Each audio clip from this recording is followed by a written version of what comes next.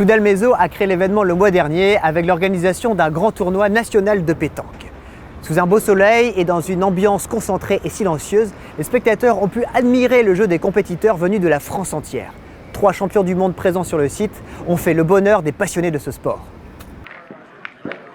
Les passionnés de pétanque se sont donné rendez-vous à Ploudalmézeau qui a organisé sa première édition du championnat national de pétanque. Un événement pour la commune finistérienne où se sont retrouvés quelques 1300 compétiteurs. C'est la première édition et aujourd'hui, vendredi, nous faisons une compétition dédiée aux vétérans, hommes et femmes. Donc vous avez 150 équipes hommes et une trentaine d'équipes féminines sur la journée. Mais le temps fort, ça sera demain avec 360 équipes venues de toute la France qui vont batailler sur le terrain de Kirivine à Ploudalmézeau, plus une deuxième compétition dédiée aux féminines qui va rassembler 85 équipes féminines. Pareil, cette compétition sera réalisée sur le terrain de l'Arcadie. Très content d'avoir autant de vedettes qui viennent sur Ploudalmézeau, puisqu'on a Dylan Rocher, la famille Rocher même, Philippe Quintet, Philippe Suchot, Emmanuel Lucien, enfin il y a énormément de champions et je pense que le public va se régaler tout le week-end à Ploudalmézeau.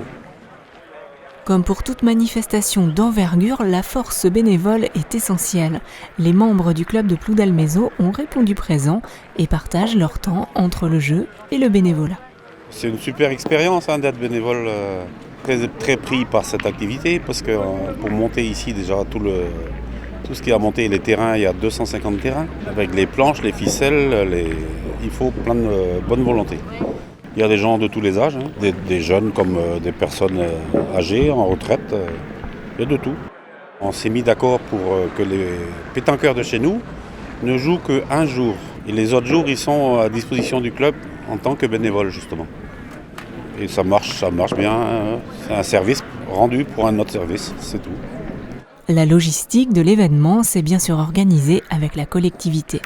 Nous nous sommes retrouvés avec le club pour voir de quelle manière accueillir dans des bonnes conditions de sécurité, mais de confort aussi, les sanitaires, les cadres de jeu, les parkings, la restauration, la sécurité sur la route, le stationnement des camping-cars, tous ces petits détails qui font que les pétanqueurs en repartant vont se dire c'était une belle journée, nous avons été bien accueillis et je suis très heureuse aujourd'hui que ce national puisse se tenir. Les spectateurs ont pu apprécier la stratégie, les qualités personnelles et l'esprit d'équipe des joueurs. Parmi eux, de grands compétiteurs.